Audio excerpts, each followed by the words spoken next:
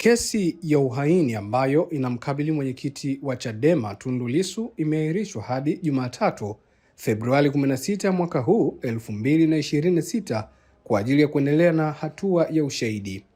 Leo hii Mahakama Kuu ya Tanzania, Masjala ndogo ya Dar es Salaam, mbele ya majaji watatu akiwemo Jaji Dunstan Ndunguru, ilisikiliza mashahidi wawili. Shahidi wa kwanza ni P6 ama P6 ambaye ni dereva wa pikipiki maarufu kama bodaboda mwenye umri wa miaka 24, ambaye alieleza mahakama hiyo namna picha na kauli za Lissu zilivyomshawishi kuunga mkono ajenda ya kuzuia uchaguzi mkuu wa mwaka 2025. Shahidi wa pili ni askari mpelelezi H3923 Koplo Michael, mkazi wa Moshi anayefanya kazi katika ofisi ya RCO mkoa wa Kilimanjaro.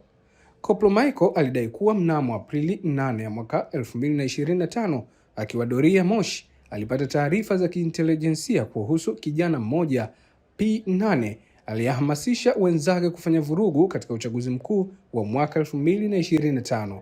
Baada ya kumkamata, P8 alimpeleka katika ofisi ya RCO ambapo alifungua maelezo yake katika kumbukumbu namba AR/CID/EE/18 ya mwaka 2025, ambapo P8 alidai kuwa alihamasishwa kuzuia uchaguzi na kuunga mkono kauli ya Lissu kuhusu bila mabadiliko hakuna uchaguzi, lakini hakujua kosa hasa aliloshtakiwa nalo. Shahidi huyo pia alihojiwa na Lissu pamoja na wakili wa serikali na kuonyesha kuwa maneno aliyoyatoa P8 yalihusiana na kuhamasisha vijana kuvuruga uchaguzi, jambo ambalo lilipelekea kesi ya uhaini kumkabili Lissu.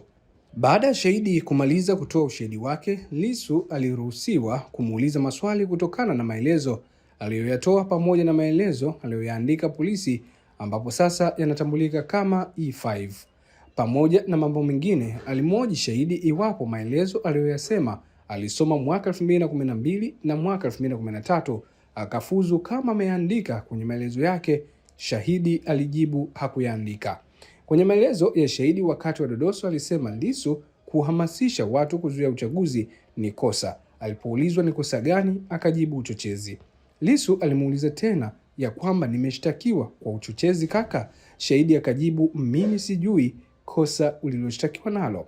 Ni sehemu ya maswali ya dodoso ya Tundu Lissu. Mimi naitwa Mika Naba. Kesi imeahirishwa hadi Februari 16 Jumatatu kwa ajili ya kuendelea na hatua ya ushahidi.